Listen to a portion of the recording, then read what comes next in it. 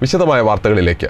Mukkam service സഹകരണ ബാങ്കിൽ നിന്നും പിരിച്ചുവിട്ട താൽക്കാലിക ജീവനക്കാരെ തിരിച്ചെടുക്കണമെന്ന കോടതി നിർദ്ദേശത്തെ തുടർന്ന് ജോലിക്കെത്തിയവരെ അഡ്മിനിസ്ട്രേറ്റർ ജോലിയിൽ പ്രവേശിപ്പിക്കാത്തതിനെ തുടർന്ന് CITUവിന്റെ നേതൃത്വത്തിൽ ബാങ്കിൽ പ്രതിഷേധ സമരം സംഘടിപ്പിച്ചു. തുടർന്ന് താമരശ്ശേരി DYSPയുടെ നേതൃത്വത്തിൽ പോലീസുമായി നടന്ന ചർച്ചയെ തുടർന്നാണ് സമരം അവസാനിപ്പിച്ചത്.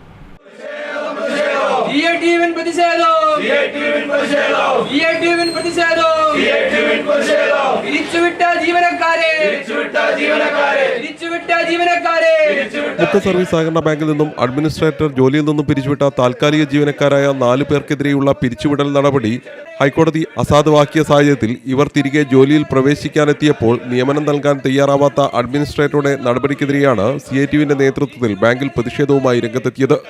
ഇവർക്ക് നിയമനം നൽകാൻ ബാധ്യതയില്ലെന്ന നിലപാടെടുത്ത അഡ്മിനിസ്ട്രേറ്റർക്കെതിരെ പ്രതിഷേധിച്ച CITU പ്രവർത്തകർ ബാങ്കിന് മുന്നിൽ ഏറെ നേരം ഉപരോധം നടത്തി.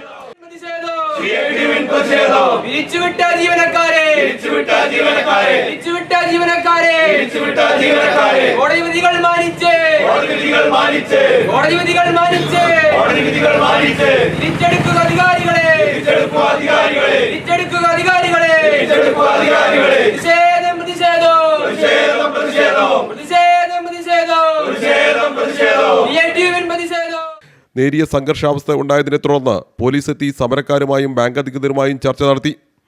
ഇതിനെ തുടർന്ന് പിരിച്ചുവിട്ട ജീവനക്കാരുടെ അപേക്ഷ സ്വീകരിക്കാൻ അഡ്മിനിസ്ട്രേറ്റർ തയ്യാറായതോടെയാണ് പ്രതിഷേധ സമരം അവസാനിപ്പിച്ചത്. ബാങ്കിന്റെ ദൈനംദിന പ്രവർത്തനങ്ങൾക്ക് മേൽനോട്ടം വഹിക്കാൻ മാത്രം അധികാരമുള്ള അഡ്മിനിസ്ട്രേറ്റർ ജീവനക്കാരെ പിരിച്ചുവിട്ട നടപടി തെറ്റാണെന്നാണ് CITUവിന്റെ വാദം. ഇതിനെ തുടർന്നാണ് പിരിച്ചുവിട്ട ജീവനക്കാർക്ക് വേണ്ടി ഇവർ കോടതിയെ സമീപിച്ച് അനുകൂല ഉത്തരവ് സമ്പാദിച്ചത്. കോടതിയുടെ ഉത്തരവ് ലംഘിച്ച ബാങ്ക് അധികൃതർക്കെതിരെ ഉദ്യോഗാർത്ഥികൾ മുക്കം പോലീസിൽ പരാതിയും നൽകിയിട്ടുണ്ട്. പ്രതിഷേധ സമരത്തിന് CITU നേതാക്കളായ Johny Edassery, KT Binu, CA Pradeep Kumar, PT Babu, Subhash തുടങ്ങിയവർ നേതൃത്വം നൽകി. CTV പ്രാദേശിക വാർത്ത, മുക്കം.